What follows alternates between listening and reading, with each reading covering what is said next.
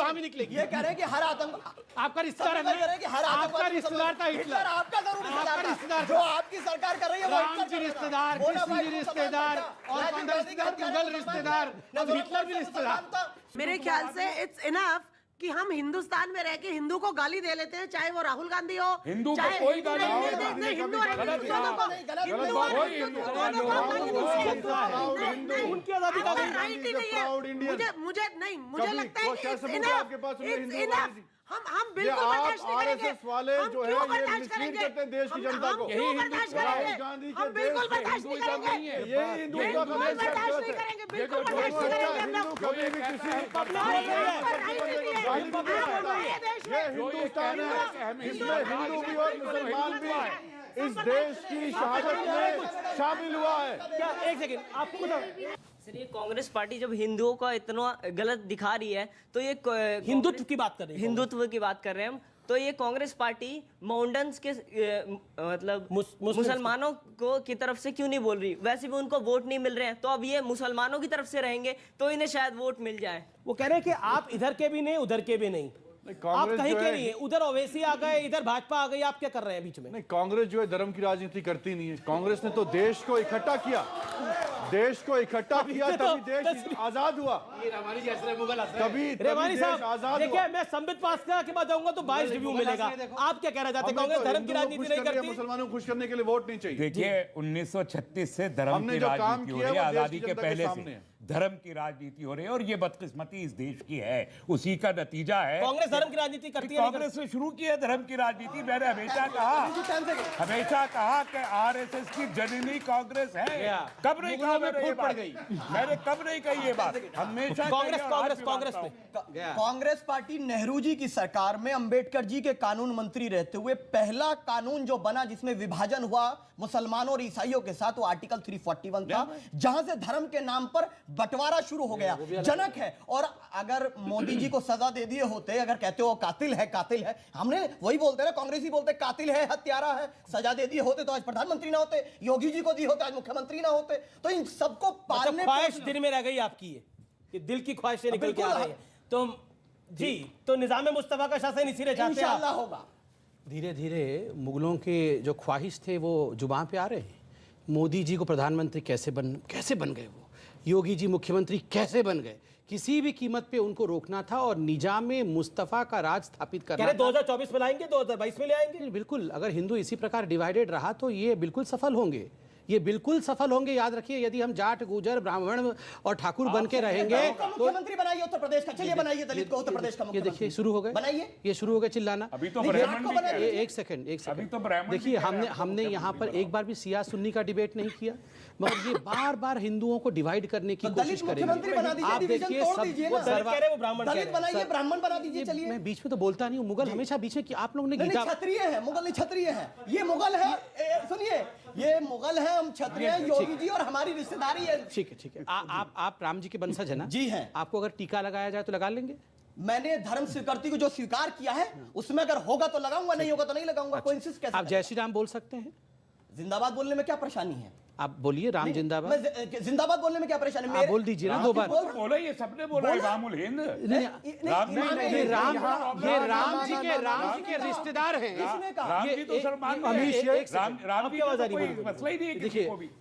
ये अभी बोल रहे थे राम जी के रिश्तेदार हैं, कृष्ण जी के रिश्तेदार हैं, और टीका लगाने में इनकी हो गई हालत खराब और जय श्री राम बोलने में हो गई हालत खराब। पर इमाम हिंद कह रहे हूं मैं। नहीं यार, नहीं, मैं किस जबान में क्या बोलूंगा, ये क्या कहा? ये आप भगवान राम को इमाम हिंद कहिए, मगर भगवान राम का मंदिर ना बने उसके लिए कवायद करिए। ये किस प्रकार का दोगला? अगर श्री राम होते तो हमारे साथ खड़े होते। इतर राय रखता हूं, मंदिर भी एक मैं बिल्कुल इसमें इतर राय रखता हूं।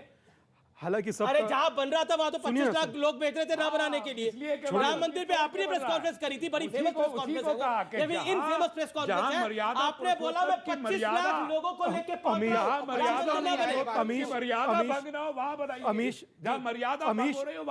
Thank you. आज आपकी डिबेट के लिए भी मैं तो सुनता था कि पर्सनैलिटी डिसऑर्डर होता है, यहाँ देख रहा हूँ।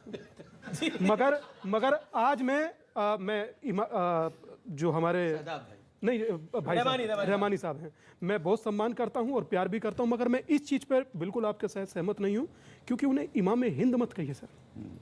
इमाम पुरुष इकबाल ने कहा, मैंने नहीं कहा, मैं कोट कर रहा हूं। आप कोट भी मत कीजिए, क्योंकि आपको तो कम से कम उतना पता है, इकबाल साहब को ना पता होगा, तुम्हें पता है, नहीं पता तो हम बताएंगे, आइए रामायण हम पढ़वाएंगे। तो परमात्मा को आप सर कैसे आप इंसान से कंपेयर कर सकते हैं? बिल्कुल मत करिए। देखिए, कोई भी छोटा शब्द मत बोलिए जो आपके व्यक्तित्व को धूमिल कर दे।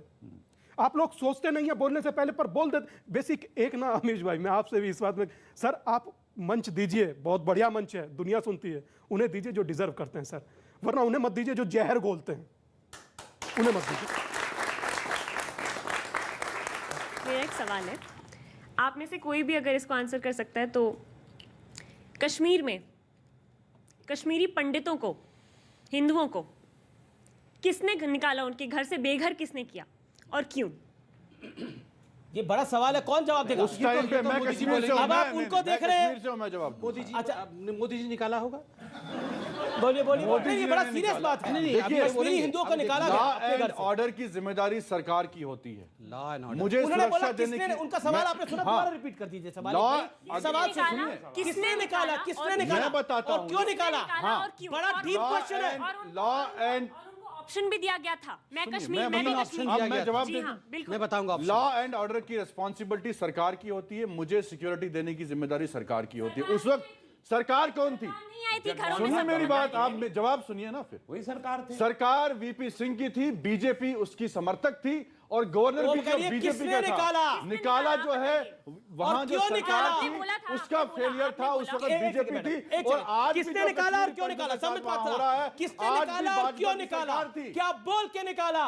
मैं पहले तो बहन का हिंदू नाम और हिंदुत्व में सबसे बड़ा एक्सट्रीमिस्ट था, आंसर उसने यही होगा। मुसलमान जवाब भी बहुत मारा, गंभीर- हिंदू भी बहुत- मारा एक सेकंड उसमें। देखिए, बहुत देखिए, गंभीर किसी की गलत बात समस्या है। आपने बोला मुसलमान समझ नहीं भी बोल मारा और रहे थे। मैंने हिंदू एक मारा। शब्द नहीं बोला, बहुत गंभीर उस वक्त विषय भी है। भाजपा की सरकार थी, करोड़ों आज जो हो कश्मीरी रहा है, सुन आज रहे भी होंगे, भाजपा की मुझे सरकार है बोलने वहां। दिया जाए। पहले तो मैं नाम जानना चाहूंगा बहन का, बहुत वाजिब प्रश्न पूछा है, खुशी कल्ला। धन्यवाद।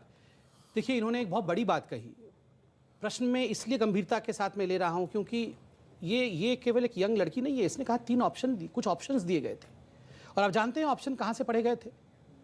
ऑप्शन मस्जिद में से डिक्लेयर किए गए थे, और ऑप्शन क्या थे? आप या तो कन्वर्ट हो जाइए, या तो आप कश्मीर छोड़ के चले जाइए, या तो आप मर जाइए।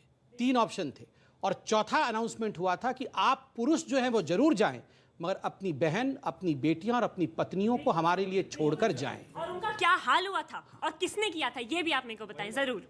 आप बताइए, आप सोचिए, आप सोच के देखिए। बोको हराम हिंदुत्व है, मगर मस्जिदों से अनाउंस हुआ था मर जाओ, भाग जाओ, या तो कन्वर्ट हो जाओ, और अपनी औरतों को यहां छोड़ के जाना, क्योंकि औरतों को भोगना हमारा काम है।